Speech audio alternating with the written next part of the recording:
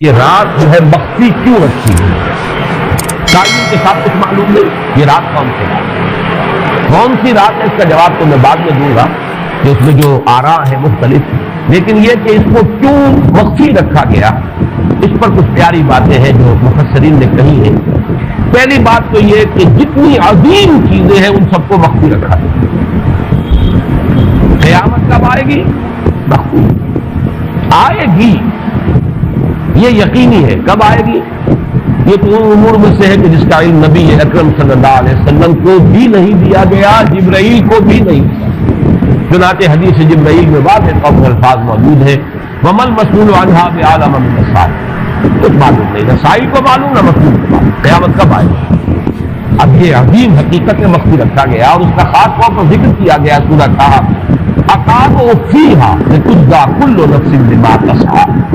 اگر تعین کر لیا جاتا تو جو قریب کے زمانے کے لوگ ہوتے وہ تو خوب پھر محنت کرتے آخرت کے لیے، اور ذرا فاصلے والے ہوتے وہ ذرا تصاویر کرتے اس کے بعد۔ اس کو رکھا گیا، تلوار لٹکی ہوئی ہے، کسی بھی وقت گر سکتی ہے، یہ جیسے گلوٹین کبھی اگر آپ نے دیکھا ہو جس طریقے سے اس کا چھرا گرتا ہے، کسی بھی وقت گر سکتی ہے، لہٰذا ہر وقت چوکس رہو، چوکس میں رہو، جیسے کہ صحابہ کرام کی شان معلوم ہوتی ہے بعض روایات سے کہ ذرا تیز ہوا چلتی تھی تو وہ سمجھتے تھے قیامت آ گئی۔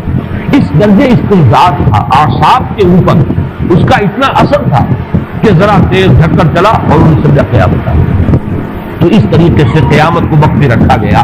اَقَامُوا فِيهَا لِتُجْزَىٰ كُلُّ نَفْسٍ بِمَا تَسْعَىٰ۔ نہ آج سے 100 برس پہلے والوں کو معلوم تھا کہ قیامت کب آئے گی، نہ آج والوں کو معلوم ہے، نہ اگر ابھی دنیا کی عمر ہے ابھی 100 برس اور تو قیامت سے ایک دن پہلے بھی شاید یقینی طور پر معلوم نہ ہو سکے کہ کل قیامت آ رہی ہے، تاکہ ہر وقت جو ہے امتحان اتنا ہی شدید رہے، اتنا ہی کڑا امتحان رہے ہر ایک کے لیے۔ لِتُجْزَىٰ كُلُّ نَفْسٍ بِمَا تَجْزَىٰ بِمَا يَقْتَصَىٰ، تاکہ ہر بھی نفس کو بدلہ ملے اس کی سعی کے مطابق۔ اسی طریقے سے موت کا وقت معلوم نہیں، وَمَا تَدْرِي نَفْسٌ بِأَيِّ أَرْضٍ تَمُوتُ، کہاں موت آئے گی کچھ معلوم نہیں، کہاں موت آئے گی، کب موت آئے گی کچھ معلوم نہیں۔ اسی طرح نوٹ کیجئے صلاۃ وسطیٰ، حافظوا علی الصلوات والصلاۃ الوسطیٰ معین نہیں، اس کے لیے آراء اگرچہ ہے، اکثر آراء جمع ہو گئی ہے صلاۃ العصر کے بارے میں، لیکن تعین سے حتمی طور پر نہیں کہہ سکتے۔ یہ رائے بھی ہے کہ کوئی بھی معین نہیں، تمام نمازیں جو ہے وہ صلاۃ وسطیٰ کی حکم ہے۔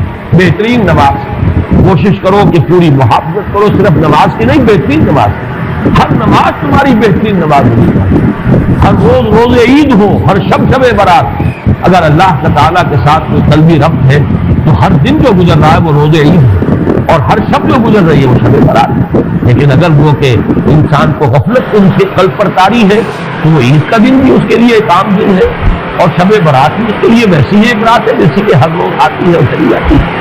اس اعتبار سے اس کو بھی خاص جو ہے معین نہیں کیا گیا صلاۃ وسطیٰ کون سی۔ اسی طرح بعض روایات میں جو آتا ہے اس میں آگا اللہ کا ایک نام ایسا ہے کہ اس کے واسطے سے اللہ سے جو بات مانگی جائے وہ رد نہیں ہے، لیکن وہ کون سا نہیں بتایا گیا۔ اقوال ہے، اندازے ہیں، حی و قیوم پر زیادہ، الحی و قیوم پر زیادہ لوگوں کا جو ہے وہ اجماع ہوا ہے، لیکن یہ کہ یقین سے نہیں کہہ سکتے۔ تو اسی میں اس کو بھی نوٹ کر لیجئے کہ اس کو مخفی رکھا گیا ہے لیلۃ القدر کو۔ لوگ زیادہ سے زیادہ محنت کریں، زیادہ سے زیادہ مشقت کریں، اس کے لیے جو بھی اس کی قدر و منزلت سے کسی درجے میں آزاد ہے، وہ اگر معین ہی ہو جاتا کہ ایک شب یہ ہے تو پھر تو سب کے سب اس رات میں محنت کر لیتے، باقی راتیں جو ہے وہ پھر سونی اور ویران گزرتی۔ لیکن یہ کہ مطلوب یہ ہے کہ زیادہ سے زیادہ راتیں آباد ہو، زیادہ سے زیادہ راتوں میں ذکر ہو، عبادت ہو، دعا ہو، اس لیے اس کو مخفی رکھا گیا، یہ حکمت ہے۔ اس میں بھی ایک عجیب نکتہ ہے جو امام راضی رحمۃ اللہ علیہ نے بیان کیا ہے، اور حوالہ اگرچہ نہیں دیا اس حدیث کا، لیکن ایک روایت کے حوالے سے بات بیان کی ہے کہ اس کے ظاہر نہ کرنے میں بھی اللہ کی ایک شفقت اور رحمت ہے بندوں کے حق میں، اس لیے کہ اس کی قدر جتنی زیادہ ہے اتنی ہی اس کی ناقدری پر سزا ہوگی۔ اگر معلوم ہو کہ یہ شب ہے اور اس کی ناقدری کو انسان کرے تو گویا کہ وہ اتنا ہی زیادہ مورد عقاب اور مورد سزا بن جائے گا۔ اس کے لیے ایک بڑا پیارا واقعہ نقل کیا امام راضی نے کہ حضور صلی اللہ علیہ وسلم حضرت علی رضی اللہ تعالیٰ عنہ ایک روز مسجد میں داخل ہوئے، ساتھ آئے ہیں، دیکھا کہ ایک شخص سو رہا ہے، نماز کا وقت ہو چکا تھا۔ حضور نے حضرت علی سے فرمایا کہ اسے جگا دو، اسے ہوش میں لے آؤ تاکہ یہ وضو کرے، نماز کی تیاری کرے۔ حضرت علی نے امتثال امر کیا، جا کر جگا دی۔ لیکن پھر ایک سوال کیا حضرت کہ حضور آپ کو خود نیکی کے کاموں میں بہت سبقت فرمانے والے ہیں، سباق بالخیر یہ لفظ ہے، سبقت کرنے والے بہت کثرت کے ساتھ، تو آپ نے یہ جو ہے یہ کام خود کیوں نہیں فرمایا اور مجھے کیوں اس کے لیے آپ نے حکم دیا؟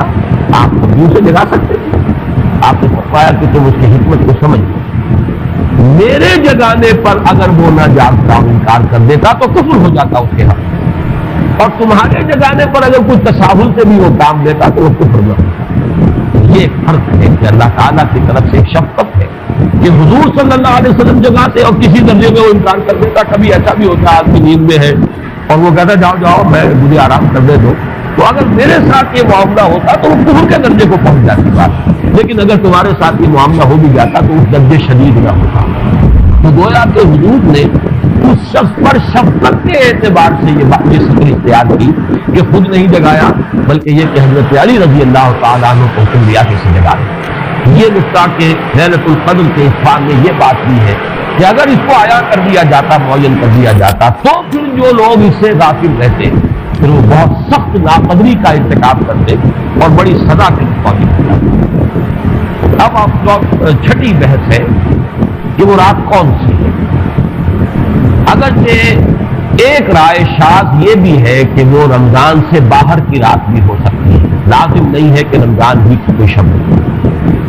اس میں چونکہ بعض حضرات نے ایک روایت کی وجہ سے جسے ہم شب برات کہتے ہیں، لیلۃ البرات، یہ شعبان کی 15ویں شب، درمیانی شب، اور اس کے بارے میں ایک روایت موجود ہے حضرت عائشہ صدیقہ رضی اللہ تعالیٰ عنہا کی کہ رات کے وقت ان کی آنکھ کھلی اور وہ باری آپ ہی کے پاس شب باسی کی تھی حضور کی، تو حضور موجود نہیں، تو تشویش ہوئی کہاں گئے۔ تو جب تلاش گئی تو معلوم ہوا کہ حضور جنت البقیع قبرستان میں پہنچے ہوئے ہیں، وہاں آپ ان کے لیے جو بھی وہاں دفن ہے ان کے لیے استغفار